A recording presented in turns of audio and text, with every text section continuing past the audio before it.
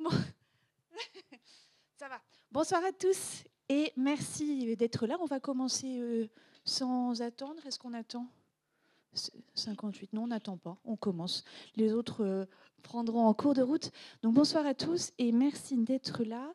Je vais m'effacer très rapidement, mais je vais dire quelques mots d'introduction et vous expliquer pourquoi je suis là, déjà, ça peut paraître un peu surprenant, et surtout présenter des interlocuteurs bien plus légitimes que moi. Donc, vous l'aurez compris, l'ICES ne s'interdit rien. Vous connaissiez les formations académiques, vous connaissiez les diplômes académiques. L'ICES a décidé de se lancer dans un projet à la fois un peu fou et très raisonnable. Un peu fou parce que le cinéma, on est un peu loin de nos bases, et très raisonnable parce que quand l'ICES fait quelque chose, eh bien c'est sérieusement et avec les meilleures garanties de réussite pour ses étudiants.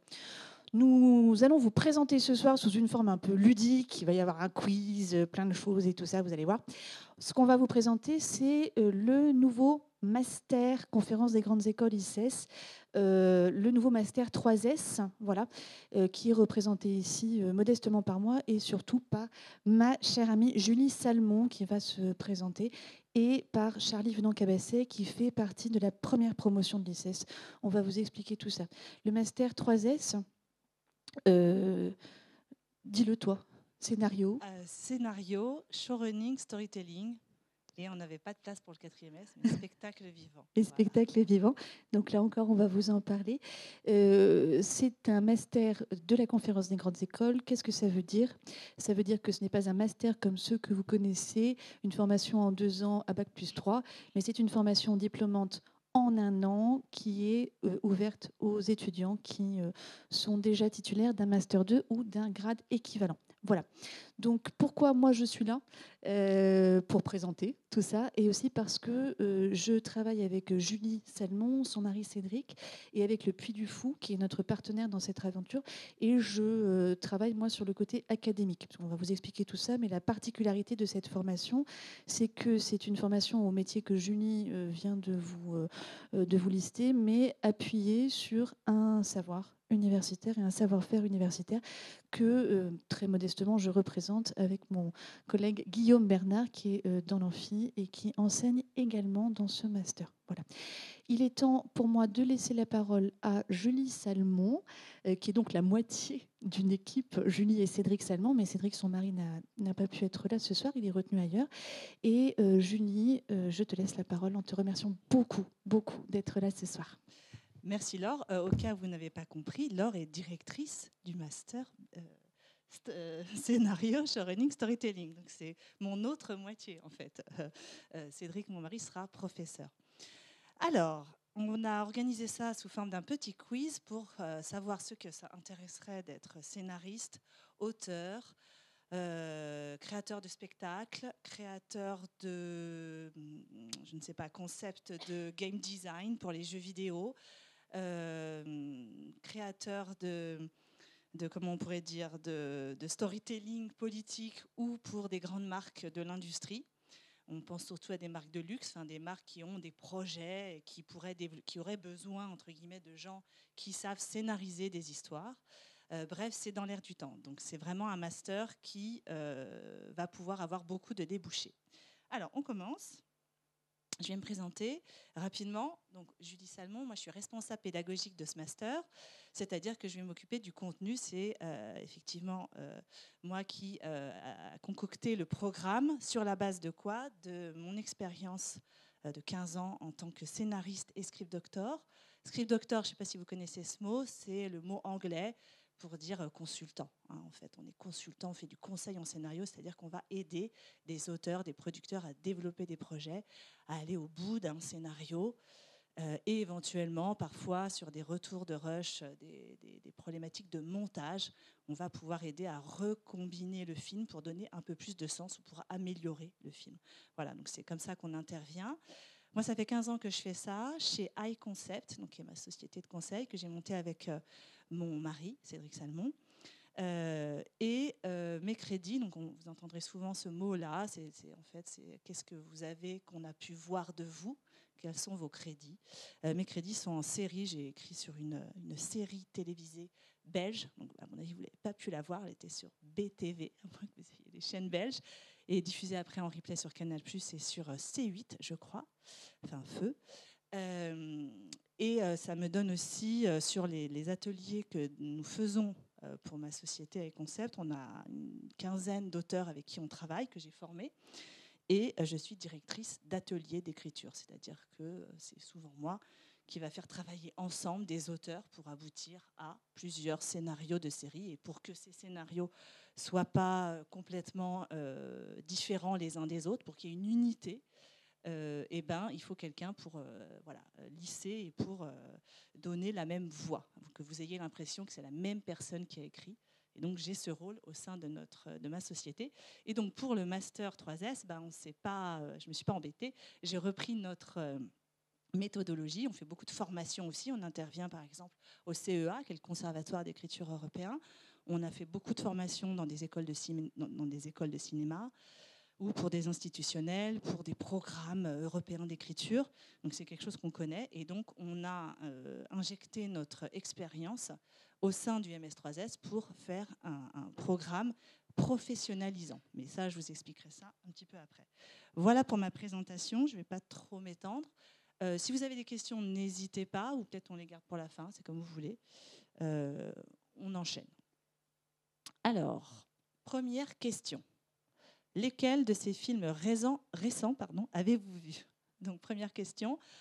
Alors, là, j'ai pris des films récents. Ça peut être, c'est pas les derniers, c'est des films de cette année ou l'année dernière. Donc, Gladiator 2, un petit truc en plus, Le Comte de Monte Cristo, The Brutalist, Anora, Emilia Pérez, L'attachement, Un parfait inconnu. Donc, n'hésitez pas à cocher les films que vous avez été voir au ciné ou que vous avez vu en streaming, d'une autre façon, cette année. Voilà, je vous laisse quelques secondes.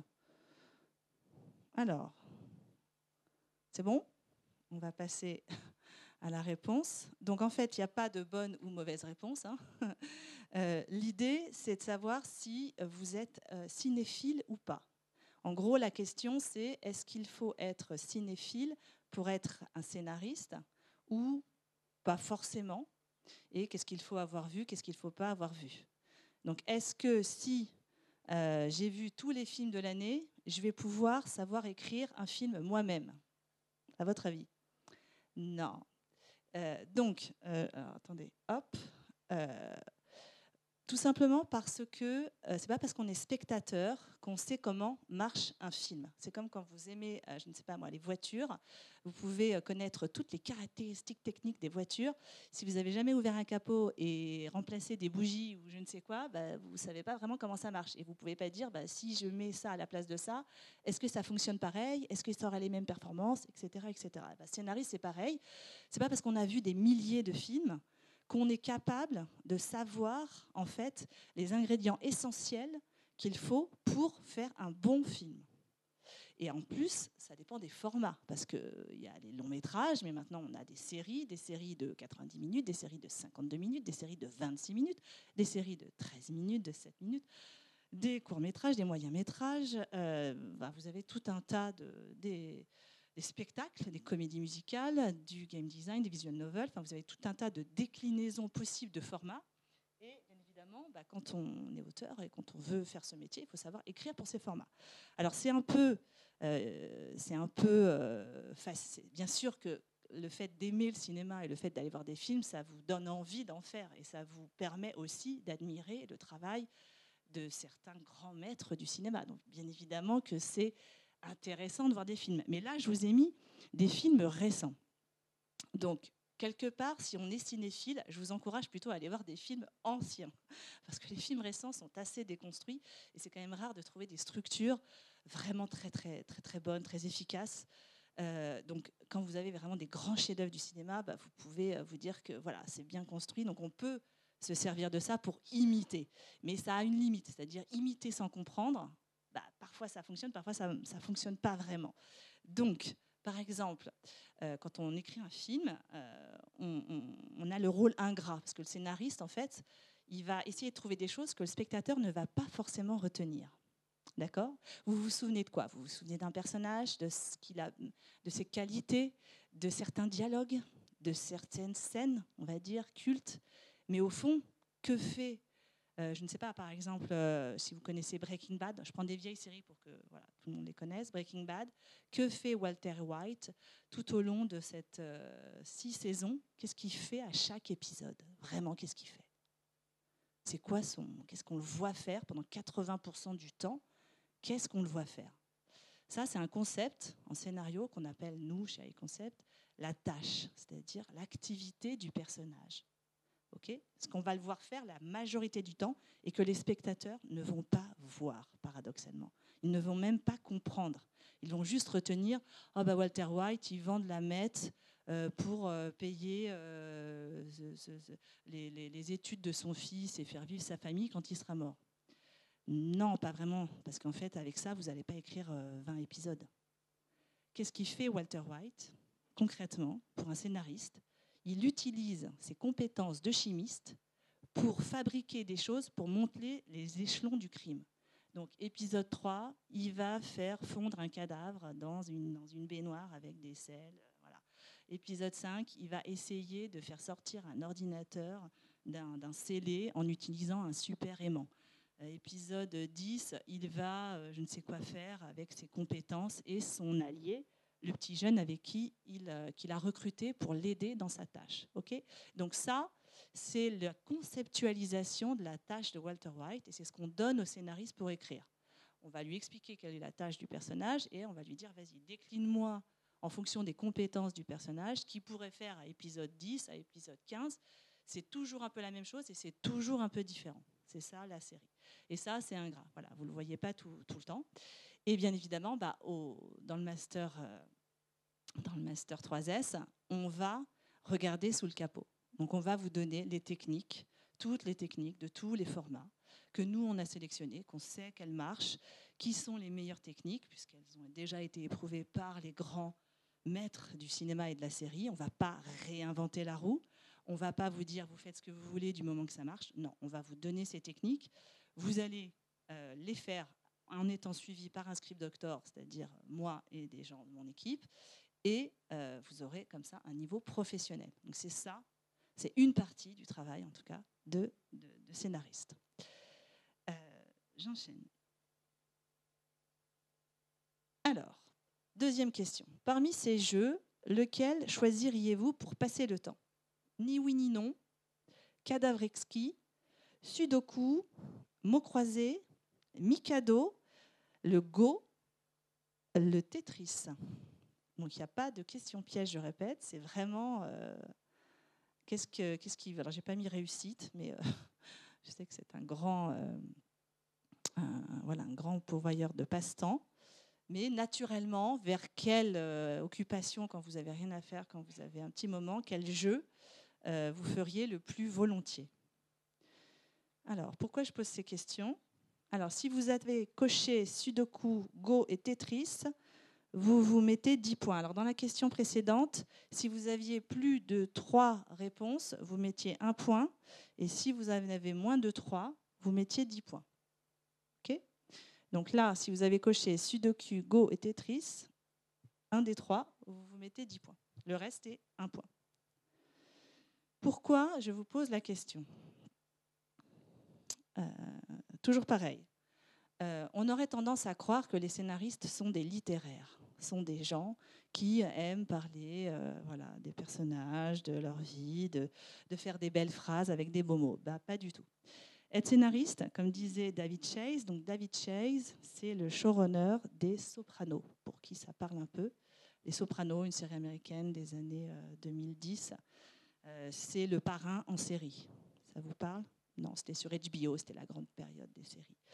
Donc un grand monsieur, David Chase, qu'on avait eu l'occasion de voir à Deauville et qui nous avait expliqué ça. Une structure, c'est presque des maths. C'est-à-dire que pour être scénariste, il faut être un petit peu logique. Pourquoi ? Parce que nous manions le langage. Être scénariste, ça veut dire pitcher ses projets. Ça se fait à l'oral. C'est très bien l'écrit, vous pouvez avoir du style, personne ne vous lira. Vous n'écrivez pas pour un public. Les documents que vous allez faire sont pour des techniciens, pour des producteurs, pour des chaînes et pour l'équipe technique du film. D'accord ? Aucun spectateur, aucun public ne lira vos scénarios. Il y a quelques scénarios qui ont été imprimés, mais enfin, c'est résiduel. Vous écrivez pour vos collègues. D'accord ? Cette écriture entre guillemets, est éphémère. Une fois que le film est fait, on regarde le film. On ne va pas lire le scénario, sauf si vous êtes scénariste. D'accord ? Moi, j'aime bien lire des scénarios, des final drafts. Hein, mais pour voir ce qui a été changé, par exemple, au montage, ou s'il y a des choses qui ont été... le shooting script, c'est intéressant d'en lire. Comme ça, vous regardez, quand vous voyez le film, ce qu'ils ont changé. Ah, tiens, ils ont censuré cette réplique, ils ont fait comme ci, comme ça. Bon, ça, c'est intéressant. Ça permet aussi de voir le travail du réalisateur. Vous êtes scénariste, vous livrez un document, puis après, il y a un réalisateur qui va venir réécrire ce film en images. Donc, quand vous écrivez entrée, le personnage entre et fait une danse incroyable, et ben quand c'est Spielberg, il vous fait l'entrée du Temple maudit qui dure 20 minutes. Ben, ce n'est pas écrit dans le scénario, mais lui, il fait une entrée de 20 minutes de danse, de je ne sais quoi, avec son personnage principal. Bon, ce n'était pas dans le scénario. D'accord ? Donc, le scénario, c'est des maths, c'est de la logique. Pourquoi ? Parce que nous manions le langage. Le langage, c'est de la grammaire. La grammaire, il faut que ça ait du sens. Okay ? Donc, c'est une logique de domino. Il doit y avoir une logique dans les histoires que vous faites. Vous ne pouvez pas sortir des choses du chapeau qui viennent comme ça, parce que les gens vont dire, 1, c'est pas crédible, 2, ça fait bizarre, on sent que ça fait un peu faux. Et au contraire, quand c'est bien fait, vous avez l'impression que c'est la réalité. Quand vous voyez des films qui ont une vraie volonté d'être proche du réel, vous avez l'impression que c'est le réel. D'accord ? Vous vous dites, ah, quand même, dans les rues de Chicago, qu'est-ce que c'est dangereux ? Mais c'est un film, ça n'existe pas. Les personnages n'existent pas, disait David Mamet, qui est aussi un showrunner connu, un dramaturge connu, américain, qui avait fait The Unit, je vous conseille, c'est une série pour les militaires, mais qui s'intéresse aussi en intrigue B avec les femmes des militaires. Donc vous suivez les militaires opérations spéciales et leurs femmes, qu'est-ce qu'elles font bien, leurs femmes dans leur cuisine, voilà, c'est intéressant. Donc il disait un personnage, ça n'existe pas. Okay ? Donc on est dans une œuvre de fiction, on a des codes qu'on a envie de donner, des codes du réel, ou au contraire on veut s'éloigner du réel, mais tout ça doit avoir du sens, tout ça doit être logique, rien ne peut arriver comme ça. Sinon ça s'appelle un Deus ex machina, par exemple. Si vous faites arriver quelque chose qui arrange bien tout le monde et que ça vient de nulle part, là le spectateur va dire oh, attendez, c'est un peu facile. Hein. Non, j'y crois pas trop. Par exemple, dans la Guerre des mondes, donc c'est les aliens qui débarquent sur Terre, il y a tout un truc avec Tom Cruise, et à la fin, les aliens meurent d'un rhume. En gros, ils attrapent le Covid, quoi.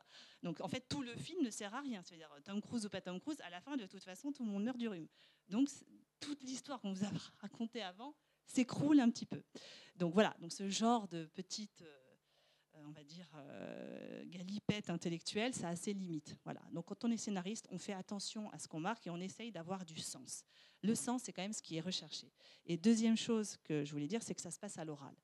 Vous donnez très peu de support écrit, contrairement à ce qu'on pourrait penser. Donc, tout se passe à l'oral. Il faut pouvoir raconter des histoires, parce que ce qui se conçoit bien s'énonce clairement. Il faut pouvoir être capable de les pitcher à quelqu'un, donc de raconter. Et donc, dans le cinéma, ce qui compte beaucoup, c'est le bouche à oreille. C'est-à-dire vous allez vendre votre projet à un producteur, qui lui-même va le répéter à un diffuseur, qui lui-même, en le faisant, va faire que dans la salle de cinéma, les gens vont se raconter l'histoire. Ah, va voir tel film, c'est l'histoire de un tel, à qui il arrive ça, il se passe ça, et à la fin, bon, je te dis pas, mais tu vas voir, c'est vachement bien. Okay ? Donc, c'est ça, le scénario, c'est une histoire qu'on peut raconter. S'il y a des couacs dans l'histoire, vous allez le sentir. Donc, en fait, un scénario, ça se travaille à l'oral. C'est ça le secret. Et c'est ça qu'on va apprendre dans le Master 3S, c'est à vous faire pitcher sans fin. C'est même pas la peine de penser y échapper. Du matin au soir, vous allez raconter des histoires à l'oral, comme si vous étiez dans votre camp scout au coin du feu, qu'il faut intéresser votre auditoire. Et quand vous voyez que ça bloque, vous retravaillez et vous le redites à l'oral. Ça, c'est les maths. Ensuite, troisième question. Alors, pour un projet de groupe, vous préférez échanger des idées ou gérer seul une étape ? Il n'y a pas de mauvaise réponse. Hein. Donc, vous êtes en groupe, qu'est-ce que vous passez votre temps à faire ? Soit discuter avec les autres pour savoir un petit peu qu'est-ce qui se passe, ou alors vous gérez tout seul que vous avez à faire et vous foncez. Alors, réponse. Ceux qui ont coché « Échanger des idées », plus 10 points. Les autres, 1 point. Ça ne veut pas dire que c'est bien ou c'est mal.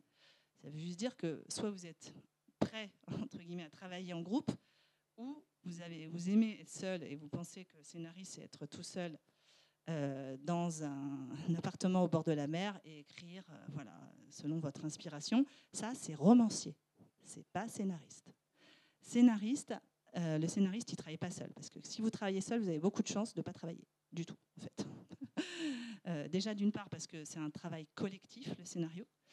Dans un film, dans n'importe quel projet que vous allez signer, il y a 3 auteurs, est-ce que vous les connaissez, qui vont signer. Il y a donc le scénariste. Qui est le deuxième auteur dans les films et les séries? Le réalisateur, parce qu'il va réécrire le scénario. Et puis le troisième auteur, c'est le musicien. Okay, donc ce sont 3 auteurs. Donc quand vous avez les droits d'auteur, qui touchent des droits d'auteur, le scénariste, le réalisateur et le musicien, déjà à minima. Okay, donc déjà, c'est une œuvre collective. Un film, ça prend du temps, en fait. C'est pas on écrit un truc pendant 1 mois et puis après c'est fini. Non. En moyenne, un film, c'est 3 ans. Vous verrez pour la prochaine question. Donc ça prend du temps, c'est un travail qui est collectif, il faut convaincre, il faut savoir échanger des idées. Donc c'est très important de la jouer non perso, parce que si vous partez tout seul, vous risquez de finir tout seul. C'est-à-dire qu'on va vous sortir de l'équipe. Et ça arrive beaucoup. C'est pour ça qu'au Master 3S, on va vous faire travailler en atelier d'écriture. Là, ça, c'est le grand mot à la mode. C'est pas tant à la mode que ça. Ça fait longtemps que, voilà, à partir de 2, on est un groupe. Hein, donc, même à 2, c'est déjà bien. Le binôme fonctionne.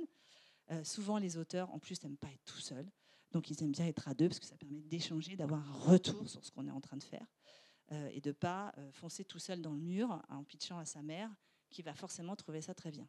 Ou au contraire, trouver ça très, très mauvais. Ok, ça dépend de votre mère. Donc, c'est très important d'être en groupe, de pouvoir travailler en groupe. Naturellement, il y a des gens qui vont plutôt avoir des idées, et puis il y a d'autres qui vont plutôt rédiger, se jeter un peu dans l'écriture. Ça dépend. Chacun le fait, voilà, c'est une harmonie à trouver. Même celui, vous avez l'impression qu'il ne fait rien, il fait quand même quelque chose, parce que mine de rien, il va vous permettre de prendre du recul. Il va peut-être parfois contester vos idées, il va peut-être vous donner, tiens, et si on le faisait comme ça, si on le prenait comme ci, comme ça. Donc même celui qui n'écrit pas, parfois il y a une frustration chez les auteurs, il y a toujours un qui n'écrit pas. Ben ouais, mais quand même, sans lui, ça n'aurait pas donné le même résultat. Donc, c'est comme ça. Soit vous êtes un auteur qui écrit beaucoup, vous avez besoin de sortir des choses, soit vous n'écrivez pas forcément, et c'est pareil en fait. Okay, donc, dans le Master 3S, on a intégré cette dimension et on va travailler en atelier d'écriture, en binôme, en trinôme, en fonction des préférences aussi. Travailler ensemble, c'est comme un mariage. Hein. Il y a des choses, bon, parfois c'est compliqué, on passe beaucoup de temps ensemble, donc il vaut mieux s'apprécier, avoir les mêmes idées, mais parfois vous n'aurez pas forcément le choix. On vous dira, il faut travailler avec un tel, et faut travailler avec un tel. Le réalisateur, vous ne le choisissez pas toujours en tant que scénariste. Donc, vous avez envie de rester sur les projets. Donc, vous allez vouloir travailler avec le réalisateur, même si ce n'est pas votre tasse de thé. OK ? Donc, voilà, donc c'est très important pour les projets de savoir travailler en groupe. Oui, et par ailleurs, c'est dans le code pénal, enfin, c'est dans le code, le droit de la propriété intellectuelle, donc une œuvre de collaboration. Hein. Je n'ai pas le terme exact de la loi, mais attendez que je retrouve l'article L113-7 du Code de la propriété intellectuelle sur l'œuvre audiovisuelle, une œuvre de collaboration entre plusieurs auteurs. Okay, donc, quand vous signez un contrat, vous êtes de toute façon directement dans une œuvre de collaboration. Et il faudra donc faire des efforts pour collaborer. C'est très important que vous l'ayez en tête. Alors, pour vous, l'amour dure-t-il plus de 3 ans? Voilà, c'est un mème connu, mais voilà, en gros, c'est la longévité. Est-ce que vous croyez au long terme ou au court terme? Alors, ceux qui ont coché oui, plus 10 points, les autres, 1 point. Pourquoi? Effectivement, un projet, ça dure longtemps. Quelle est la règle de ce métier? C'est de savoir tenir. c'est Highlander, le dernier qui reste debout, remporte, est là en tout cas. Donc c'est un métier qui comporte une certaine incertitude. Les projets durent longtemps, il faut travailler longtemps avec les mêmes personnes, il faut savoir les motiver, il faut savoir ne pas perdre ses idées de départ. Souvent, moi j'interviens en tant que conseil parce que les auteurs en ont marre, sont épuisés, ils ont fait 1, 2, 3, 4, 5 versions et ils n'en peuvent plus. Alors c'est ce qu'on a, si je ne me trompe pas, non. Voilà, alors là c'est une image du pèlerinage de Chartres, je pense. L'objectif c'est vraiment de tenir pour tenir la distance. On va vous demander beaucoup de réécrire et dans cet objectif de tenir, il faut s'économiser. C'est-à-dire que si vous écrivez un scénario à chaque fois, un scénario, c'est une centaine de pages, ça va être très dur d'en faire plus de 2 ou 3 versions. Nous, dans la méthode qu'on a chez iConcept, c'est de faire des documents courts qui peuvent être donc réécrits beaucoup plus facilement. 3 pages, c'est quand même plus facile à réécrire, c'est quand même plus facile à pitcher, c'est quand même plus facile à challenger. Si on vous dit non, j'aime pas ce personnage, finalement ici c'était une fille, ah bah vous n'avez pas à changer tous les dialogues, donc c'est quand même beaucoup plus simple. Donc l'idée, c'est d'avoir comme technique de travailler sur des documents courts, faciles à manier, faciles à pitcher, et une fois qu'on est tous d'accord, de partir sur des documents plus longs. Ok ? Et bien sûr, dans le MS3S, c'est les techniques qu'on vous donnera pour vous économiser. L'idée aussi, c'est de ne pas avoir qu'un seul projet, bien évidemment, parce que si vous faites qu'un seul projet, bah, si ce projet s'effondre ou ne va pas au bout, bah, vous allez avoir du mal à rebondir. Donc l'idée, c'est aussi de planter beaucoup de graines. Quand vous plantez qu'une seule graine, bah, à la fin, il n'y a qu'une plante. Si vous en plantez 10, bah, peut-être que toutes les plantes n'aboutiront pas, mais vous avez plus de chances que si vous en avez qu'une. Donc l'idée, c'est aussi de maximiser vos projets. Et dans l'EMS, on vous fera développer un portfolio, c'est-à-dire une liste de projets qui aboutiront pas, qui seront à différents stades de développement, mais qui vous permettront, quand on vous dit non, j'aime pas, t'as pas quelque chose d'autre, d'avoir quelque chose d'autre. Ok ? Alors, le banquier, comment ça se passe ? Vous êtes à découvert, vous avez un petit moment de flottement. Est-ce que c'est facile pour vous d'aller négocier ? Est-ce que vous prenez rendez-vous ? Est-ce que vous attendez qu'on vous appelle ? Ou est-ce que non, vraiment, vous faites le mort et vous attendez l'interdit bancaire ? Comment ça se passe avec votre banquier ? Alors, ceux qui sont proactifs, en tout cas qui n'ont pas peur d'aller se frotter à nos amis les banques, vous mettez plus 10 points, les autres 1 point. Alors là, c'est vraiment ce que je vous disais tout à l'heure, c'est ce qu'on appelle le development hell aux États-Unis, ça a un nom, l'enfer du développement. Vous passez des années sur des versions de projets, quitte à revenir à la version de départ. Vous vous êtes sorti, vous êtes rappelé, vous ne vous intéressez plus à un projet, et puis tout d'un coup, il repart. C'est assez marrant, parfois, il y a un succès, et puis tout d'un coup, un projet que vous n'aviez jamais réussi à vendre relance votre propre projet. Donc, moi, j'ai le cas avec mon mari qui avait écrit une fiction policière qui se passait en prison. Personne n'en voulait, et puis il y a eu Prison Break. Alors, c'était il y a une quinzaine d'années, ça vous parle peut-être pas, mais c'était un gros show qui se passait en prison aux États-Unis. Ça avait fait un carton, et il avait vendu sa série. Parce que voilà, c'était l'idée au départ de sembler incongrue, un show en prison, qu'est-ce qu'on va faire ? Et puis voilà, il suffisait que d'autres le fassent. Moi, c'est pareil, j'avais écrit il y a 15 ans une série de science-fiction qui se passe au bureau avec l'intelligence artificielle. Autant vous dire, personne n'en voulait. Bon, bah maintenant, c'est sûr que ça va mieux. Depuis Sévrance, ça va beaucoup mieux. Donc voilà, parfois vous êtes un petit peu en amont, vous êtes un petit peu... Voilà, il y a des projets qui n'aboutiront pas, donc il faut en avoir plusieurs, il faut être flexible, il faut savoir rebondir et il faut avoir plusieurs projets. Donc vraiment, dans le MS, on attaquera ces problématiques de développement en frontal et on vous forcera à écrire beaucoup, beaucoup, beaucoup, beaucoup pour pouvoir justement parer à ces problématiques de développement. Alors, dernière question. Qui a été avalé par une baleine ?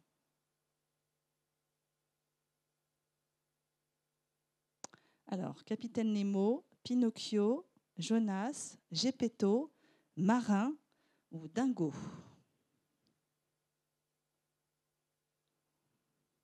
Alors,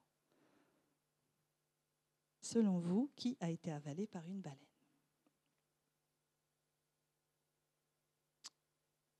Alors, si vous avez coché au moins Jonas, vous mettez 10 points. Si vous avez coché les 4, vous pouvez vous mettre 10 points aussi par bonne réponse. Mais ce qui compte, c'est Jonas. Pourquoi je vous parle de Jonas? Est-ce que ça vous parle, Jonas? Jonas, c'est un petit livre dans l'Ancien Testament, ouais, dans la Bible. Pourquoi je vous parle de Jonas? Si je vous dis, alors est-ce que vous vous souvenez? Donc déjà, vous voyez que Pinocchio, c'est une fiction qui reprend cette histoire d'avalé par le monstre marin. Nemo reprend aussi cette histoire d'avoir été avalé par le monstre marin. Qu'est-ce qu'on a d'autre? On a dans Star Wars un moment où ils sont avalés dans une espèce d'astéroïde. Hein, et il y a un petit moment de détente dans ce monstre bizarroïde du futur. Qu'est-ce que vous voyez? Qu'il y a une reprise systématique des figures bibliques dans la fiction occidentale. Et ça, et là je vais insister un petit peu, c'est quand même une des particularités ici à l'ICES, c'est que dans notre master, on va vous donner cette culture, si vous ne l'avez pas déjà. Et c'est un plus, parce que ceux qui maîtrisent cette culture vont avoir un réservoir d'histoire déjà disponible dans leur tête. Ça ne s'invente pas, c'est une culture. Je vais vous donner des exemples, vous allez comprendre. Quand vous regardez E.T., E.T., qu'est-ce que c'est? C'est un personnage qui a un cœur qui clignote, qui vient, qui n'est qu'amour, et qui va repartir chez lui, qui est torturé et qui est mort pour ressusciter 3 heures après. Voilà, ça vous parle, ça? Qui est Sarah Connor dans Terminator, la mère du sauveur de l'humanité. Ok? Qui, autre figure, Matrix, Neo, The One, le sauveur. Voilà. Toutes ces figures ne sont pas là par hasard. C'est pas, tiens, on va l'appeler Néo, l'anagramme de The One. On va faire tout un truc sur un gars qui sauve le monde. Il ne sait pas qu'il est l'élu. Il va apprendre qu'il est l'élu. Une fois qu'il le saura, il va aller, entre guillemets, évangéliser. Bon. Ce sont des figures bibliques. Et un des genres qui utilise le plus les figures bibliques, c'est la science-fiction. L'Empire contre-attaque. Les Jedi. Qui sont les Jedi? C'est amusant. La force. Qu'est-ce que c'est que la force? Ok. La force, c'est le Saint-Esprit. Ça ne vient pas de nulle part. On peut dire que la force soit avec toi. Mais bon, c'est une laïcisation d'un univers qu'on connaît déjà. Et c'est pour ça qu'on trouve ça sympa. C'est une façon de le voir différemment. Ok. Donc, et ça, c'est très important pour les futurs scénaristes que vous serez, j'espère, de maîtriser cette culture. Ici, voilà, Laure et Guillaume sont là pour vous donner cette culture au MS, de vous prémâcher un petit peu le travail et de vous donner des idées que vous n'auriez peut-être pas, soit en littérature, soit en culture biblique, de reprendre des histoires à votre sauce, avec les codes, les formats d'aujourd'hui. Voilà. Ça, c'est intéressant à faire. Et ça vous donne aussi une lecture différente des autres, qu'on appelle les genres cinématographiques. Alors, qu'est-ce que c'est que les genres cinématographiques? Ce sont des mécaniques dramatiques préformatées pour parler d'un sujet, d'une thématique. Il n'y en a pas 36 milliards des thématiques. Il y a des bouquins qui s'appellent les 36 situations dramatiques, les 64 situations. Bref, c'est un nombre fini de situations dramatiques. Aimer son ennemi, combattre pour sauver sa tribu. Enfin, bref, c'est tout un tas de situations qui existent et qui sont donc limitées, parce qu'il n'y en a pas un nombre infini. Il y a des variations, bien évidemment, à l'intérieur de ces thématiques, et on a trouvé des genres pour les traiter. Et les genres sont directement inspirés de l'histoire biblique, des histoires bibliques. Donc là, l'enquête, le genre de l'enquête, ça vient de Daniel dans l'Ancien Testament. Et oui, Daniel, c'est le premier qui enquête. Il y a une femme adultère, elle est accusée, et il va aller faire un interrogatoire contradictoire, voilà, pour savoir qui ment. Et il finit par trouver qui ment, et que la femme est innocente. Okay. Donc ça vient directement de l'Ancien Testament. Il y a 3 grands, voilà, c'est un peu technique, je ne vais pas vous décrire tous les genres, mais en gros, c'est ça qu'on va faire dans le MS3S. On va vous apprendre à décortiquer ces thématiques. Bien évidemment, quand on est scénariste, il y a des genres qui nous parlent plus que d'autres. Et ça, c'est très important de trouver son univers. Parce que finalement, être scénariste, c'est quoi? C'est maîtriser des formats, des techniques, c'est-à-dire une forme, au service d'un message. Et ce message, c'est votre message. Qu'est-ce que vous avez à dire au monde? Qu'est-ce que vous voulez dire? Et pas l'inverse. Hein, on a souvent l'impression que d'abord le message est important et la forme ensuite. Ben non, parce qu'en fait, on a quand même des codes, on a quand même un style, on a quand même des techniques. Il faut quand même que ça tienne dans 1 heure et demie, 20 minutes. Et ça ne s'invente pas. Après, bien évidemment, on va s'en servir pour faire passer des messages. Et les genres vont traiter ces messages. Et ces messages, c'est vraiment le cœur de votre, j'avais envie de dire, de votre moteur intérieur pour écrire. Et au master, on fera des sessions pour voilà, bien identifier. Plus on connaît ce qu'on a envie de dire et ce qu'on veut aborder, plus ça devient facile de s'approprier des commandes. Et c'est pour ça aussi que beaucoup d'auteurs ont trouvé du plaisir à exécuter des commandes. Vous prenez quelque chose qui a priori est loin de vous, je ne sais pas, n'importe quoi, voilà, un thème, on vous dit que le thème, je ne sais plus de quel là, le Nikon Film Festival, je ne sais plus quel est le thème de cette année, mais enfin bon voilà, ça ne vous parle pas forcément, mais vous allez, grâce à ces techniques-là, le tirer vers vous, utiliser un genre qui vous plaît et pouvoir traiter le thème ou traiter le sujet. Et ça, c'est intéressant, parce que parfois, on est un peu perdu face à la multitude de sujets possibles à traiter. On ne sait pas trop où aller et parfois on vous oblige. Bon, bah, tu vas faire une série policière. Ah bon, une série policière, moi j'aime pas trop le policier. Le policier, c'est dans quel, voilà, c'est survivre dans la société. Donc c'est vraiment les thèmes de l'identité. Pourquoi le mal? Qui est le meurtrier? Quel est le mobile? Enfin voilà, c'est des thématiques un peu comme ça. Mais même quand on n'aime pas forcément ce genre, on peut toujours se le récupérer d'une autre façon parce qu'on va se l'approprier, travailler par exemple en le mettant avec un autre thème. Vous pouvez faire une comédie policière. Voilà, moi qui aime bien la comédie, je vais plutôt rajouter comédie à chaque fois que je m'ennuie et je vais faire une série policière avec un ton comique. Voilà. Et il y a des techniques. Donc c'est ce qu'on verra au Master 3S.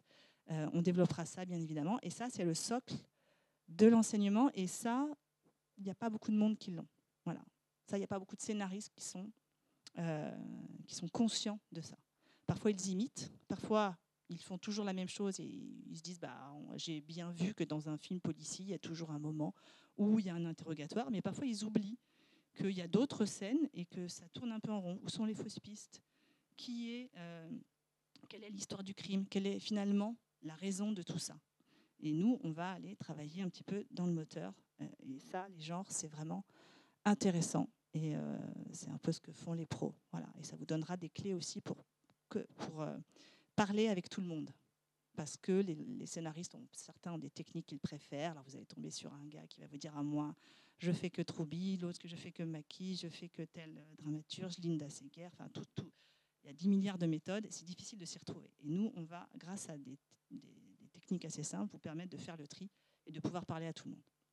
Voilà un petit peu le quiz. Donc à la fin de ça, vous comptez vos points et vous regardez combien vous avez eu de points. Donc là, j'ai Charlie qui a fait le test. Combien tu as de points? Bonjour à tous. J'ai 42 points. Voilà, donc tu as plus de 30 points. Donc voilà, je crois que tu es fait pour être scénariste. Est-ce que vous avez des questions déjà avant que je passe un petit peu à la suite? Est-ce que vous avez des questions sur ce que je viens de dire? Non? Pas de questions? Tout le monde est scénariste? Ouais? Je crois qu'on va enchaîner sur... voilà, je voulais présenter Charlie, qui est un de nos étudiants de la première promotion qui sera lancée en octobre prochain. Donc Charlie, pour les étudiants qui te regardent, est-ce que tu peux te présenter pour dire un peu d'où tu viens, quel est ton parcours? Alors donc, je vais essayer d'être synthétique parce que j'ai pas forcément le parcours qui est le plus classique pour aller dans le cinéma. Mais si vous avez des questions par rapport à ça, après, n'hésitez pas. En tout cas, Cédric et Julie m'ont bien expliqué qu'il n'est pas nécessaire d'avoir un parcours standard. Qu'est-ce que tu appelles parcours standard? Parce que peut-être pour certaines personnes, c'est pas clair. Ah oui, merci. Donc, parcours standard dans le sens où je ne suis pas spécialement ni un littéraire, ni quelqu'un qui a fait des écoles de cinéma qui cherche à approfondir avec le MS. Moi, je viens d'un autre domaine, alors qui n'est pas forcément complètement déconnecté. Donc, j'ai un master en sciences cognitives. Pour ceux qui connaissent ou qui connaissent moins, c'est entre les neurosciences et la psychologie. Donc, forcément, quand on veut faire une œuvre qui parle aux gens, connaître un peu le fonctionnement du cerveau humain, ça va être utile. Mais donc voilà, je ne viens pas du cinéma à proprement parler, ni de l'art ou de l'écriture. Et pour expliquer un peu plus du coup pourquoi j'en suis arrivé ici, donc je ne vais pas rentrer en détail sur ce que j'ai fait dans ma carrière, entre guillemets. Ce que je peux dire simplement, c'est que le cinéma m'intéresse depuis très longtemps. Et peut-être comme certains, enfin en tout cas, je ne parlais que pour moi, mais le cinéma français comme il est aujourd'hui ne m'a pas spécialement parlé et ne m'a pas motivé à m'engager dans cette discipline. Donc je suis allé vers d'autres horizons en gardant toujours cet objectif dans un coin de ma tête, en ayant toujours mes petits projets, mes petits rêves. Et récemment, quand j'ai découvert du coup le M3S en partenariat avec le Puy du Fou, j'ai trouvé en tout cas une voie qui ressemble plus au cinéma que j'aime, au cinéma dans lequel j'ai envie de travailler. Et donc c'est comme ça que je me suis inscrit au master. Très bien. Juste pour faire un petit additif à ce que dit Charlie, il n'y a pas de voie royale pour être scénariste, en fait. C'est-à-dire que tout ce que vous avez fait avant vous servira dans votre métier. Donc on peut penser à Stephen King qui a fait je ne sais pas combien de jobs d'été dans une blanchisserie. Je ne sais pas combien de romans où il nous saoule avec ses histoires de blanchisserie, mais en gros, il l'a réutilisé. Moi, j'ai travaillé dans l'entreprise avant d'être scénariste. Je fais beaucoup de fiction au bureau, okay, parce que c'était un univers que je connais, qui m'a inspirée. Vous venez d'un n'importe quel univers, vous allez utiliser ça comme un savoir. C'est aussi pour ça que la cinéphilie n'est pas la panacée. C'est pas parce que vous passez votre temps au cinéma que vous aurez des choses après à raconter en termes d'expérience de vie. Ça ne veut pas dire non plus qu'on ne peut pas raconter des choses qu'on n'a pas vécues. Un scénariste, c'est comme un journaliste, c'est un enquêteur. Et s'il a envie d'écrire sur un sujet, forcément qu'il va faire de la recherche, forcément qu'il va s'intéresser, forcément qu'il va y mettre quelque chose de lui, et donc il va pouvoir traiter ce sujet. Donc on n'a pas forcément besoin. Vous entendrez souvent des gens qui vous disent « Ah ben moi, je confie que mes histoires de banlieue à des gens qui ont vécu en banlieue. » Bah oui et non. On peut avoir vécu des expériences similaires et qu'on va pouvoir transposer. Pareil, tous ceux qui écrivent de la science-fiction, ils n'ont pas vécu sur Mars, ils ne connaissent pas des aliens, enfin, et ça ne les empêche pas de parler de ça. Donc, voilà, c'est ça que je veux dire. Donc, toute expérience vécue est intéressante dès qu'on s'intéresse à l'écriture. Alors, donc voilà, parcours. Pourquoi le Puy du Fou, par exemple? Je pense que la question est un peu large et en même temps un peu évidente. Personnellement, je me considère comme patriote, même si c'est un mot aujourd'hui qui peut, entre guillemets, être connoté. J'aime mon pays et du coup, avant tout, j'ai envie de raconter l'histoire de mon pays. Et donc forcément, le Puy du Fou est le lieu rêvé pour ça. Okay. Donc le Puy du Fou juste est partenaire du MS, ça veut dire quoi? Ça veut dire qu'effectivement, ils nous permettent d'une part de bénéficier d'une semaine d'intégration au Puy du Fou. Donc tous les ans, on ira faire une petite semaine d'écriture, notamment pour y avoir des cours d'humanité, de culture générale. Ils, à mesure de ce qu'ils peuvent offrir, pourront offrir des stages, servir de parrain aux étudiants. Et bien sûr être dans le module spectacle vivant, nous faire part de leur expérience de créateurs de spectacles, ce qui est quand même très intéressant vu le niveau des fictions du Puy du Fou et sachant qu'ils développent aujourd'hui une activité cinéma, si j'ai bien compris. Tout à fait. Du coup, j'ai eu les grands honneurs de pouvoir à entrer dans un stage au Puy du Fou en avant-première. Et donc, je travaille au sein de leur équipe d'écriture, non pas directement dans les ateliers d'écriture, mais dans la partie qu'on appelle développement. Donc, la partie qui est tout aussi utile et tout aussi importante en amont des projets. Est-ce que tu veux que je développe un petit peu les missions qu'ils m'ont confiées? Oui, bah écoute, ce que tu peux nous dire je pense que ça peut intéresser les gens de savoir qu'est-ce que peut, sur quel sujet peut-être ils travaillent, qu'est-ce qu'ils envisagent. D'accord. Alors pour les curieux, non, je ne vais pas vous dire les prochaines sorties, les prochains films qui sont en cours d'écriture.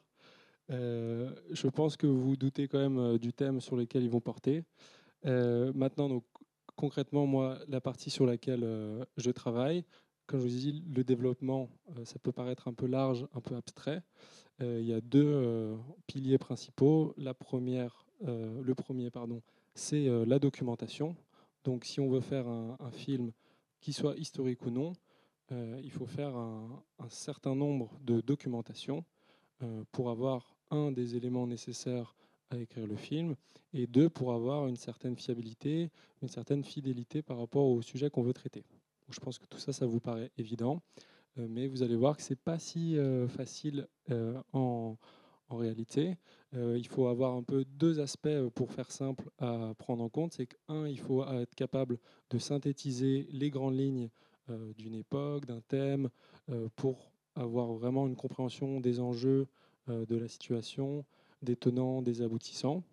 Mais il faut être aussi capable de récupérer en fait des petites anecdotes, des petites pépites, ce qu'on peut appeler des spécifiques, qui vont vraiment nourrir le film et la créativité des scénaristes. Et est-ce que tu peux nous dire en quoi finalement l'enseignement, alors tu auras une autre partie de l'enseignement, tu as eu déjà une première partie de l'enseignement, tu en auras une autre l'année prochaine, mais quels sont les apports pour toi de l'enseignement que tu reçois, que tu vas recevoir au MS par rapport à, voilà, à ton projet, ton projet professionnel? Alors ça va être très simple. Donc je vous ai parlé de la première partie de la documentation, et le deuxième aspect, c'est la préécriture. Donc ça, c'est vraiment la chose, en tout cas personnellement, que je trouve la plus intéressante. Et en fait, la préécriture, quand encore une fois on veut traiter un film, ben, il faut, voir ce qui a déjà été fait, et deux, commencer à établir les éléments pour construire son film. Et donc, je rebondis sur ce que je disais tout à l'heure. On ne va pas, si on fait un film sur la Deuxième Guerre mondiale, regarder tous les films qui ont été faits sur la Deuxième Guerre mondiale. Ce ne serait pas très efficace, ça prendrait beaucoup de temps. J'ai découvert, grâce du coup au MS et à leur méthodologie, une façon en fait d'approcher la préécriture qu'on appelle le MOCA, mais je ne vais pas forcément rentrer dans les détails, qui vous permet en fait de traiter un grand nombre d'œuvres, un grand nombre de films, pardon, en lien avec le film que vous voulez créer, et de retirer tous les éléments pertinents pour vous, votre projet futur. Et donc, une fois que vous avez fait ce travail, donc c'est-à-dire que moi, par exemple, en une semaine, pour vous donner un exemple, je peux avoir traité une centaine de films, parce qu'on va avoir accès en fait à une base de données, voilà. sans dire, Avec qui travailles-tu? une base de données en fait qui vous permet d'être très rapidement traité, et de tout de suite récupérer les éléments pertinents, de faire tout un dossier qui va être utilisé par les scénaristes. Et donc dites-vous que c'est pas du tout du coup une approche artisanale où les scénaristes, pardon, un peu à la manière artistique telle qu'on peut l'imaginer, ils vont se mettre au bord d'un lac, ils vont commencer à écrire tout ce qui leur passe par la tête. Non, en fait, ils vont avoir déjà un pré-travail avec très vraiment riche, qui va quasiment mapper tout l'ensemble de ce qui a été fait sur le sujet, et ils vont pouvoir construire leur propre scénario. Oui, ces travaux de recherche sont faits aussi maintenant avec l'intelligence artificielle, bien évidemment. On ne va pas se priver. Donc, quand j'ai la question, est-ce que l'intelligence artificielle va supprimer les scénaristes? À votre avis, quelle est la réponse? Non. On peut regarder ce qui s'est passé avec la musique, hein, quand la musique électronique est arrivée. Qui a disparu? Les maisons de disques. Peut-être pas tellement les artistes, si vous voyez ce que je veux dire.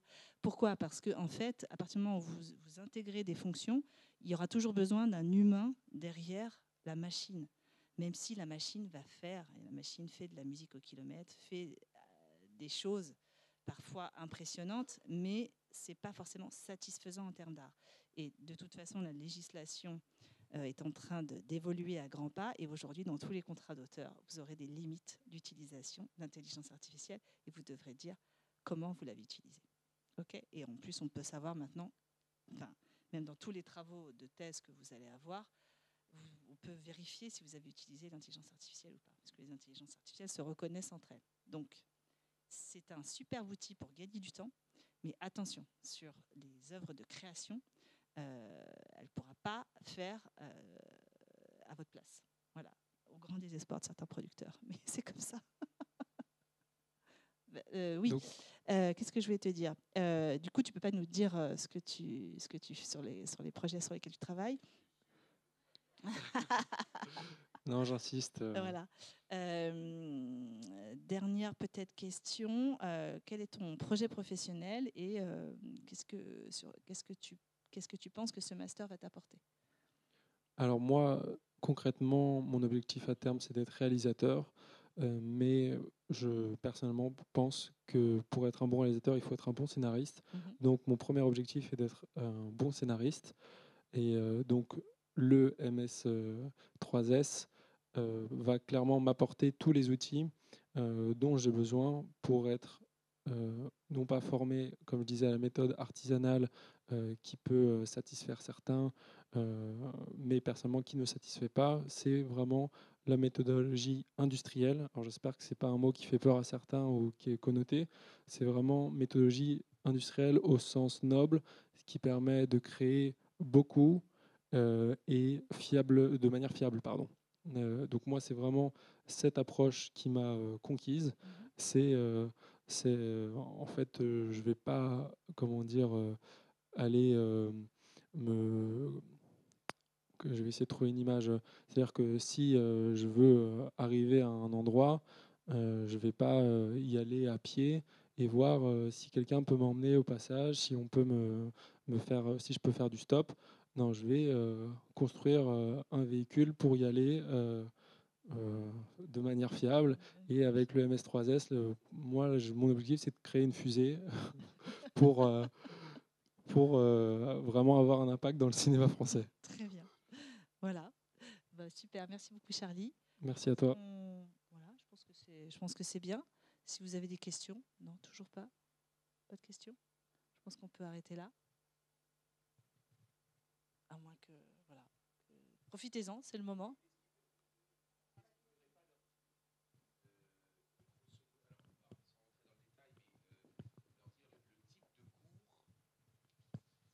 Est-ce qu'il ne faudrait pas leur dire justement les types de cours, les types d'ateliers, c'est-à-dire le fait qu'il y ait à la fois des enseignements, je dirais, de contenu, et puis des enseignements méthodologiques, et quel type d'atelier? C'est-à-dire que concrètement, c'est un master spécialisé, parce qu'il ne s'agit pas essentiellement de suivre des cours, comment dire, pour passer un examen, mais qu'en fait, ce sont des entraînements récurrents et systématiques sur l'ensemble, je dirais, des étapes nécessaires pour écrire un scénario. Oui, alors, je crois qu'il y avait une question aussi.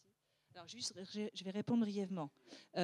Toute la maquette est disponible sur le site de l'ICES. Hein. Donc, vous allez sur le MS3S, les enseignements sont décrits avec pas mal de détails. Ça vous donne un aperçu de l'ensemble des modules qui seront disponibles. Donc, il y aura des enseignements fondamentaux en culture générale, donc avec Guillaume et avec Laure essentiellement. Il y aura des modules vraiment techniques, du synopsis à la continuité dialoguée. Donc, vous allez apprendre à toutes les étapes d'écriture, le synopsis, le séquencier. Vous allez apprendre tous les formats, le court-métrage, la série, le long-métrage. Et vous allez apprendre les genres. C'est ça qui va vous occuper pendant les 6 à 8 mois de cours théoriques. Vous allez développer donc une dizaine de projets personnels ou en groupe avec votre binôme, votre trinôme, enfin comme ça, cela se fera. On incitera à travailler en groupe. Si vous voulez travailler seul, vous travaillez seul. Mais l'idée, c'est d'écrire en atelier à demeure. Le master se passe pour l'instant à Paris. Il y a des locaux bien situés qui sont rue des Petits Champs. Et il y aura une salle d'écriture où vous pourrez, ceux qui seront avec nous l'année prochaine, travailler ces projets dans cette salle d'écriture. Donc ça vous permet de ne pas être chez vous en télétravail, devant un ordi, sans pouvoir partager, pas communiquer. Ça, c'est un peu ce qu'on veut éviter sur la partie travaux personnels. Et il y aura des ateliers carrière, c'est-à-dire des mises en situation, notamment lors des jurys d'évaluation, puisqu'on veut, et la particularité de ce master, c'est de vous mettre en conditions réelles. Donc les commandes que vous aurez, les projets que vous développerez, seront souvent, en tout cas on essaiera de le faire au maximum, donnés par des producteurs du secteur. Et d'ailleurs, on aura des contrats types pour les sessions de droit éventuelles. J'espère que vous vendrez vos premiers projets dans ce master. Et donc ces producteurs vous évalueront comme un producteur le fait, c'est-à-dire au pitch. OK ? Comme tout se fait à l'oral dans ce métier. Et on aura des ateliers de pitch, des ateliers sur des salons professionnels. Il y aura des mises en situation, de démarchage, comment on fait pour démarcher, comment on fait pour pitcher, comment on fait pour se présenter. Il y aura des cours de droit, droit des contrats, droit de la propriété intellectuelle, pour que vous ayez à minima des notions de comment on négocie ces contrats. On vous présentera des agents. Enfin, tout ce qui fait partie du métier de scénariste. C'est un accélérateur de carrière, c'est quelque chose qui va vous propulser, qui va vous permettre de faire des contacts, d'avoir un stage à haute valeur ajoutée et qui vous permettra d'enchaîner ensuite pour lancer votre carrière en France et à l'international, parce que j'ai oublié de le dire, on demande quand même un niveau d'anglais que vous puissiez, entre guillemets, traduire vos scénarios en anglais avec l'intelligence artificielle, mais que vous ayez le niveau pour pouvoir vous exprimer et traduire, parler, vendre, pitcher en anglais. Voilà. Peut-être une question ? Oui, j'avais une question par rapport au fait de savoir par quel master on doit passer après la licence pour après pouvoir intégrer au bout de 2 ans votre Alors, master. comme je l'ai dit, il n'y a pas de... La voie la plus classique, c'est l'école de cinéma, c'est-à-dire que vous avez déjà un rapprochement avec les métiers techniques du cinéma, par exemple, et puis vous choisissez une spécialité scénario et vous allez développer souvent un court-métrage ou une continuité dialoguée. Donc ça, c'est une voie qui peut amener à ce master aussi. Vous aurez déjà vu quelque chose. Il y a déjà des masters cinéma, il y a déjà des choses qui existent en M2, hein, donc c'est bien, enfin, je veux dire, c'est très bien, mais vous pouvez venir d'autres horizons. L'idée, si vous voulez, c'est que c'est un master spécialisé. Vous n'êtes plus dans Parcoursup, vous êtes des jeunes pros, vous voulez faire ce métier, vous n'avez pas forcément des contacts, vous n'avez pas forcément des gens dans votre famille qui font ce métier, et il faut rentrer dans un collectif. Et ce master permet d'avoir ce collectif et d'avoir ce côté professionnalisant, c'est-à-dire on va vous donner un réseau, on va vous donner des interlocuteurs, on va vous apprendre à travailler et on va vous donner des techniques pour avoir un niveau professionnel. Voilà. Donc, c'est un investissement. Ce master est quand même un coût de scolarité qui est quand même assez élevé. C'est une dizaine. Alors, pour les étudiants de lycée, il y a une réduction, mais c'est quand même 10 000 €, je crois, l'année.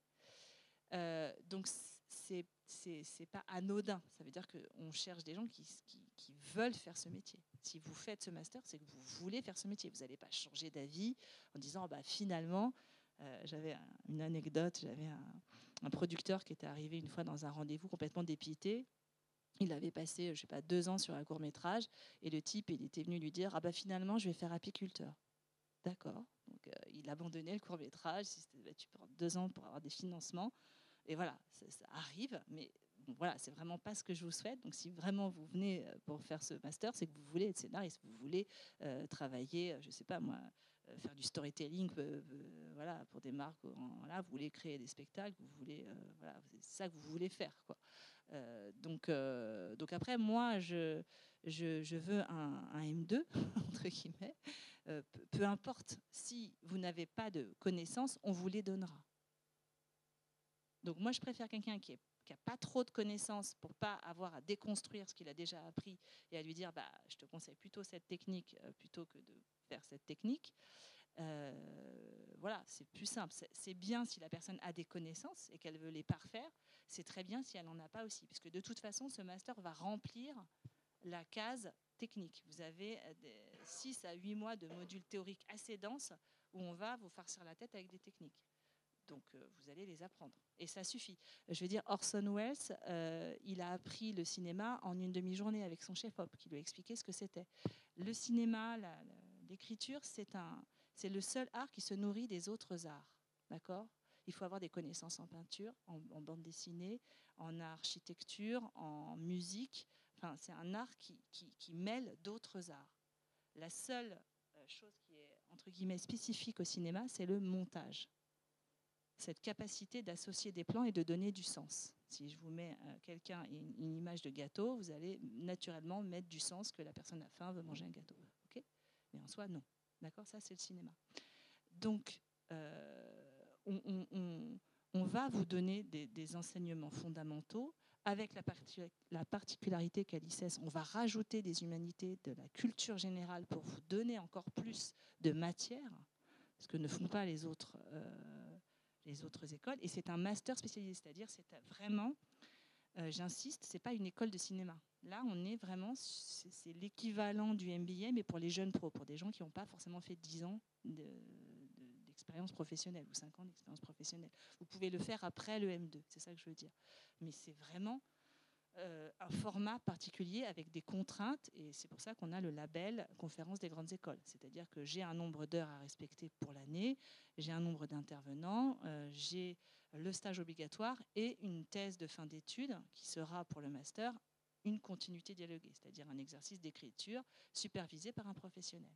Donc ça, c'est vraiment le principe du master spécialisé. Donc je trouve que c'est intéressant. Donc vous venez comme vous êtes, d'accord ? C'est comme chez McDo. Ce qui compte pour moi, c'est le projet professionnel, la motivation et voilà, la capacité ensuite à pouvoir percer dans ce métier, à pouvoir persévérer. Donc on va essayer de voir si vous êtes capable de tenir. Ok ? Voilà.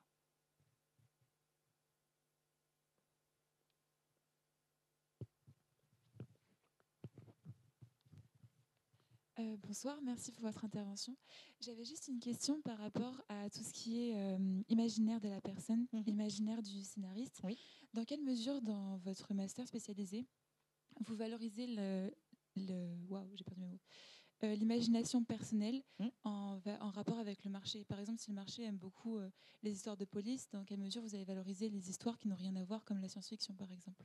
Alors, il y aura des passages obligés, parce qu'en France, pour travailler, il faut quand même maîtriser 2 genres fondamentaux, qui sont la comédie et le policier. Et 3 genres, on va dire. Il y a 3 genres fondamentaux, donc vous serez obligé dans ce master d'écrire ces 3 genres. D'accord ? Il y aura le drama, c'est-à-dire le film d'auteur, voilà, ce que les Américains appellent drama, mais en France, on appelle ça film d'auteur, mais bon, c'est un genre en soi. Le policier, le film policier, la série policière, et la comédie. C'est les 3 genres sur lesquels vous allez travailler dans votre carrière. Alors moi, par exemple, j'aime bien regarder du policier, mais c'est pas mon genre préféré, d'accord ? Et pourtant, un de mes crédits, j'ai écrit des films, moi j'ai plutôt écrit des biopics. La seule série sur laquelle j'ai travaillé, c'était une série policière, mais avec un twist fantastique. D'accord ? Donc j'ai rajouté, alors c'était dans la commande, ça tombe bien, c'était une dame, une femme qui avait perdu son fils dans un accident et qui avait développé des pouvoirs. Alors attendez, que je me souvienne, elle pouvait voir quoi, le futur ou le passé. Enfin, je ne sais plus. En tout cas, elle pouvait voir quelque chose et donc ça l'aidait dans ses enquêtes. Voilà. Et bien évidemment, il y avait un fil rouge qui était la recherche de son fils, qu'elle pensait qu'il n'était pas mort. Voilà. Et à la fin, elle découvre qu'il y a une secte. Enfin, voilà. Mais donc voilà comment on peut traiter, apporter, s'approprier un sujet. Donc il y aura des genres incontournables en fait. C'est important que vous les connaissiez parce que pourquoi le genre policier c'est important ? Parce que c'est un genre qui maximise les histoires. Il y a une histoire au passé, une histoire au présent, ça vous fait faire plein d'histoires et ça génère de la dramaturgie assez facilement. Donc l'enquête, et en plus l'enquête, c'est quelque chose qui nous tient en haleine assez facilement. On a toujours envie de savoir au fond, pourquoi, hein, même quand le film n'est pas très bon, on reste quand même jusqu'à la fin parce qu'on se dit, attends, mais c'était qui finalement le tueur? Okay. Donc, l'enquête est importante parce que c'est vraiment une mécanique dramatique fondamentale qui vous permet, même parfois c'est caché, dans, je sais pas, dans Desperate Housewives, la structure fondamentale, c'est une enquête policière sur la Desperate Housewife qui avait disparu et qui l'avait tué. Même si vous allez retenir que c'est un truc de nana qui s'ennuie dans l'Amérique voilà, des banlieues chic, en fait, non. La structure fondamentale d'écriture de Desperate Housewives, c'est une mécanique policière. Okay, donc parfois, elle est cachée. On ne la voit pas forcément. Mais vous, en tant que scénariste, quand vous allez regarder sous le capot, vous savez que c'est une enquête policière. Et dans les 80%, 90% des séries, vous avez des enquêtes policières ou des genres dérivés que sont le crime. Donc, c'est des séries où le méchant est le héros. Hein, Dexter, voilà. Où l'enquête est un peu moins mise en avant parce qu'on sait déjà qui est le méchant. Okay. Et le thriller, qui est l'autre partie de l'enquête, qui est un sous-genre et qui travaille sur une mécanique un peu différente. C'est Monsieur Tout-le-Monde qui, tout d'un coup, doit sauver sa peau et doit se mettre à enquêter, d'accord, pour échapper à des grands méchants parce qu'il y a un complot. Okay, donc ça, c'est les genres que vous devez maîtriser. La comédie, bon, ben voilà, tout le monde aime la comédie, tout le monde aime rire. C'est quand même le cinéma où les œuvres audiovisuelles, c'est quand même des pourvoyeurs d'émotions. Donc, c'est pas pour rien qu'on avait les tragédies et les comédies. Enfin, on a envie de pleurer, on a envie de rire. Donc, la comédie, c'est un genre important à maîtriser. C'est un genre très difficile à écrire parce qu'il faut provoquer le rire. Donc, vous avez beaucoup de comédies pas drôles. Bon, ce qu'on appelle les dramas, finalement, avec un ton légèrement comique, légèrement décalé, mais au fond, vous ne riez pas. Essayez de vous rappeler les films où vous avez vraiment ri. D'accord ? En général, il y a quand même des techniques derrière pour vous faire rire. Donc ça, on vous les apprendra. Et le drama, bah ça, c'est en France, c'est 60% de la production, c'est des dramas. C'est-à-dire le film d'auteur, le film feel good, le film de trentenaire, bref, c'est des dramas, tout ça. Ok ? Donc, il faut quand même maîtriser ce genre. C'est comment on fait pour donner un sens à sa vie. C'est ça la question de ce genre, le drama. Ça nous touche quand même tous. Quelles sont les stratégies possibles pour donner un sens à sa vie? Il y a plusieurs façons de traiter ça. Et nous, on vous donne des techniques pour traiter ça, pour pas qu'on s'ennuie. Parce que le pire, c'est le drama où on s'ennuie. Il ne se passe rien, on ne voit pas où le personnage veut aller et tout ne peut pas tenir sur un personnage. On a vite fait le tour. Okay, donc, il y aura ça. Et après, il y aura tous les autres genres. Et là, vous choisirez celui qui vous plaît le plus. D'accord ? On ne pourra pas faire tous les genres, à moins que vous ayez la capacité d'écrire voilà, tous les genres.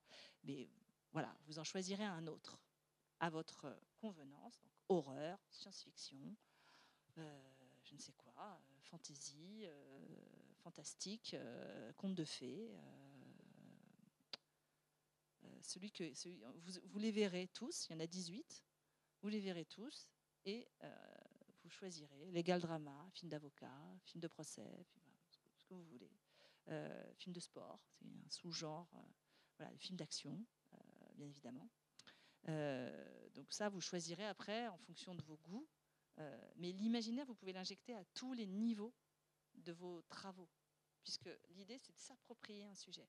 Donc vous avez des commandes qui ne sont pas forcément ce que vous auriez choisi naturellement, mais votre façon de voir les choses, vos idées, votre vision du monde va faire que vous allez vous approprier ces genres d'une certaine façon. Okay ? Et ça sera votre façon de traiter le drama, l'enquête policière, la comédie, etc. etc. Vous ne serez pas forcément la meilleure. Peut-être qu'à la fin, vous direz bah non, moi j'ai plutôt envie de faire plus de drama ou moins de. Mais dans les trois, il y en a quand même un qui va vous parler le plus. Vous ne pouvez pas faire l'impasse, c'est ça que je veux dire. Vous ne pouvez pas faire l'impasse sur ces genres. Parce que dans toutes les commandes qu'on va vous donner, il y en aura forcément 90% qui vont concerner un de ces trois genres. Même s'il y a beaucoup de science-fiction en ce moment, il y a eu de l'horreur. Les genres, c'est comme des modes. Ça part, ça revient. À un moment, on n'avait que du crime partout. Maintenant, il y en a un peu moins, parce que le crime, c'est un genre pour critiquer la société. On se met du côté du personnage qui est critique de la société et on va essayer de justifier ce qu'il fait. Okay, donc tout ça fait que, voilà, mais vous inquiétez pas, votre imaginaire va vous servir justement dans le MoCA, c'est le moteur de recherche de IMDb, qui est une plateforme de données pour l'audiovisuel. Okay, donc quand vous cherchez, vous avez des moteurs de recherche et ça vous permet d'avoir des listes de films. Nous, on s'en sert beaucoup, on le met dans ChatGPT, enfin dans n'importe quelle IA, Et puis ça vous sort des choses assez intéressantes sans avoir besoin de vous regarder les 4000 films références sur votre sujet. Okay, donc voilà comment vous allez apprendre à travailler. Donc c'est très important que vous ayez des connaissances techniques et que vous mettiez au service votre imaginaire de ces connaissances techniques. Donc vous allez utiliser votre propre expression. Votre série policière n'aura pas grand-chose à voir avec une autre série policière. Okay, et puis au pire, si vraiment vous voulez échapper à la mécanique dramatique, vous avez quand même les personnages. Donc vous pouvez toujours avoir 1 ou 2 personnages que vous pouvez caser, qui sont qu'à vous. Okay, donc au pire, on se venge sur les personnages. Oui? Tu peux prendre le micro?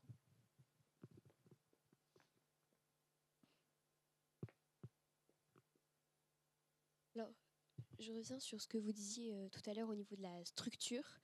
Vous disiez que les films un peu moins récents étaient peut-être plus intéressants. Et donc, qu'est-ce que vous conseilleriez comme film tous les grands classiques, Mankiewicz, Orson Welles, Sam Peckinpah. J'ai été voir. Alors, c'est vrai que on n'a pas forcément une appétence pour les vieux films. Alors maintenant, en plus, les vieux films, je sais pas quel âge vous avez, mais les vieux films, c'est les vieux films de 2010, quoi. Donc là, je parle des films des années 60, 70, 80. Moi, quand je parle de Rocky, et Rambo, on me fait des yeux, mais qu'est-ce que c'est? Je ne connais pas. Ah, ce vieux film de Stallone. Bon, alors, bien évidemment qu'on est ancré dans son époque, et donc les vieux films, c'est ceux d'avant sa naissance. Ok, c'est ça, un vieux film. Donc, vu comme vous êtes jeune, voilà. Mais je conseille quand même d'aller voir, 1 ou 2 Mankiewicz, 1 ou 2, des grands noms du cinéma. Vous n'allez pas vous ennuyer, contrairement à ce que vous pensez. Mais il faut une démarche. C'est vrai que ce n'est pas forcément naturel d'aller voir ces films-là. Ça fait un peu peur. On se dit, oh là là. Je me souviens encore d'être allée voir... alors, vous en parlerez avec Cédric Salmon, mon mari. C'est lui qui m'a initié à ça. Donc, on a été voir... je me souviens encore de Sam Peckinpah. Bon, voilà, je ne connaissais pas ces westerns. Bon, voilà, il faut aller voir ces westerns. On ne s'ennuie pas du tout. Ouais. Voilà, donc les vieux films, mais il y a aussi des très bons films des années, dans toute décennie, il y a des très bons films. Donc c'est pas forcément les films à Oscar, mais bon, quand même, en général, vous pouvez être sûr qu'un film qui a reçu beaucoup de prix a une certaine valeur, voilà. Et certains films sont référents, c'est-à-dire qu'il y a eu des films qui ont marqué le cinéma, et ça, c'est important de les avoir vus. Hein. Je parle par exemple de films comme Matrix. Enfin, il y a eu avant, après Matrix. Okay, il y a eu avant, après Orson Welles. Hein, Rosebud, tout le monde. Voilà. Il y a eu des films qui ont créé des ruptures. C'est important de voir ces films-là pour comprendre quelle est la rupture. Memento, c'est une rupture. Okay, c'est un film qui a utilisé un code de narration inédit. Voilà. C'est un premier film de Christopher Nolan. C'est ça qui lui a permis de travailler à Hollywood. Okay, il a fait un chef-d'œuvre. Okay, donc, il faut voir Memento. Faut voir Matrix, faut voir Autant n'emporte le vent, faut avoir vu ces grands films qui sont structurants, voilà, parce que voilà, il y avait une autre façon de faire à une certaine époque, voilà. Je dis pas que tout était bon avant, mais vous regardez Billy Wilder, bon, voilà, ce sont vraiment des chefs-d'œuvre. Hein. Vous avez un genre qui s'appelle le genre masterpiece, le genre chef-d'œuvre. Voilà. C'est vraiment des films qu'il faut avoir vus. En tout cas, que je conseille de voir. Les 7 samouraïs. J'ai eu la chance de voir ce film avec Bertrand Blier dans la salle, qui était à côté de moi, parce qu'on allait voir dans un vieux film, dans un vieux cinéma action à Paris. Bon, voilà, ce sont des films qu'il faut avoir vus au moins une fois. Voilà. Après, vous allez avoir des films fétiches que vous avez vus. Voilà, je reprends l'anecdote d'Orson Welles. Il a vu 40 fois La Chevauchée fantastique de John Ford. Voilà. Il a décrypté ce film, il l'a travaillé, il l'a détricoté, et c'est ça qui lui a fait sa culture cinéma. Voilà. Donc on a tous des films qu'on aime, on a tous des mécaniques dramatiques qu'on va connaître par cœur et qu'on va réappliquer encore et encore, voilà, pour donner un style. Donc vraiment, je vous conseille, voilà, d'aller voir ces chefs-d'œuvre et ces films qui ont changé, voilà, le cinéma. Merci beaucoup pour tout ce que vous avez dit. Je me demandais, est-ce que vous avez travaillé sur les adaptations littéraires? Oui. Alors, on aura un module adaptation littéraire. Et donc, effectivement, Laure sera partie prenante de ce... peut-être, Laure, tu peux... Oh, non, c'est pas ce que... on va... oui, il y aura un module. Alors, on n'aura pas le temps de vous faire... Alors, peut-être on donnera le choix de faire une adaptation sur la thèse de fin d'études. Parce que vous aurez une continuité à écrire. Donc, si vous voulez adapter quelque chose, vous pourrez. Il y aura un module, oui, pour étudier la transposition du littéraire, du roman à l'audiovisuel. Donc, on vous fera faire une fiche d'adaptation, c'est-à-dire d'essayer d'analyser comment on peut adapter un projet littéraire à un format audiovisuel. Qu'est-ce qui bloque, qu'est-ce qui manque, qu'est-ce qu'il faut dans le roman ou dans le matériel que vous choisirez. Ça marche aussi pour les pièces de théâtre, hein, bien évidemment, puisque vous connaîtrez ce qu'il faut pour l'audiovisuel et vous aurez un matériel littéraire. Et donc, il faudra voir comment on adapte ça, comment on donne le même goût sur un format différent. Et il y a bien évidemment des grandes miseries, par exemple. Comment on adapte, il y a eu pas mal d'émissions qui parlent de ça, comment ces auteurs ont adapté des chefs-d'œuvre sans trahir l'auteur. Voilà, c'est-à-dire qu'on trahit le goût. On ne trahit pas le goût, c'est ça que je veux dire. Par contre, on va trahir, oui, l'œuvre, parce que parfois, il faut remplacer certaines choses, il faut combler certaines choses, parce qu'il n'y a pas tout dans le roman. Ce n'est pas la même façon de consommer une fiction.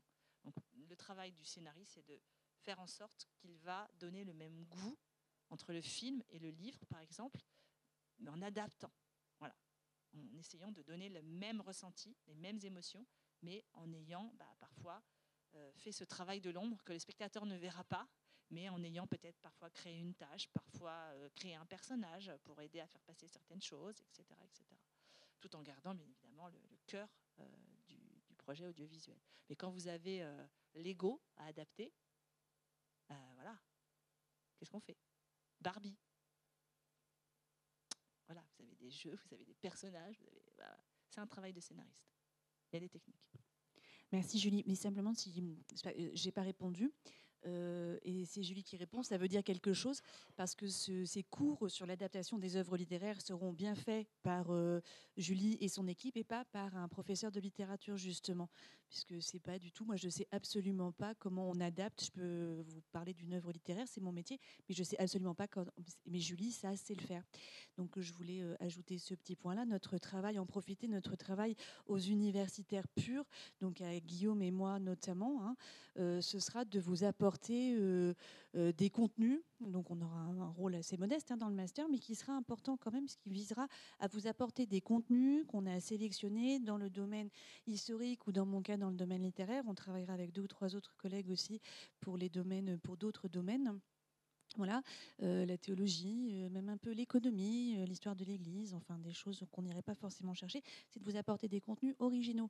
Dans le cas de la littérature, ça va être, mon travail, ça va être, c'est d'aller dénicher des œuvres oubliées, libres de droit de préférence, dans des domaines intéressants pour le cinéma. Et de ce point de vue-là, Guillaume et moi, on a été, à notre grand âge, c'est quand même noble, on a été formés par Gélie et Cédric et on a trouvé ça passionnant, hein, Guillaume. On a pour justement aller chercher des sujets qui étaient intéressants pour le cinéma, pas forcément ce qu'on aime. Hein, voilà. Tu veux dire un mot, Guillaume? Pas sur ça. Juste l'adaptation, c'est quasi 50% du marché. Hein. On est rassuré par l'adaptation. Ça existe déjà, donc voilà. C'est toujours bien de partir d'une adaptation. Donc vraiment, oui, c'est un sujet. Mais voilà.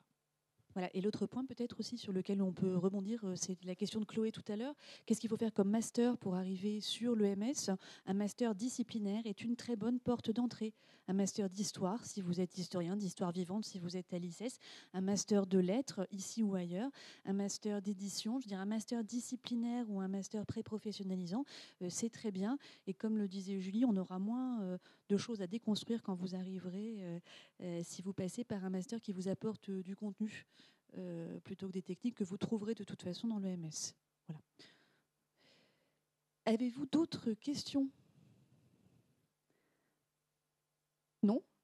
Très bien. Bah, écoutez, alors, je pense qu'on peut conclure et remercier très chaleureusement Julie de tout ce qu'elle est, voilà, d'être venue à votre rencontre pour vous apporter tout ça, et Charlie venant Cabasset, notre produit vitrine, notre première étudiante que je remercie beaucoup d'avoir pris le temps de venir jusqu'ici. Merci beaucoup, et je crois qu'on peut les applaudir quand même. Merci beaucoup. Et puis toutes les infos sont sur la page, je le répète, de l'ICES sur le Master 3S. Donc n'hésitez pas à vous rendre sur cette page. Vous y trouverez toutes les informations pratiques, techniques, comment candidater, qui contacter et quels sont tous les modules et toutes les références des cours. Donc n'hésitez pas à aller vous renseigner sur ce master. Et juste un tout petit détail, mais qui n'en est pas un, le prix du master pour les étudiants de l'ICES, c'est vraiment pas cher puisque c'est 9 000 € et non pas 10 000 €. C'était la bonne nouvelle de la soirée. Excusez-moi. Voilà. Merci et bonne soirée.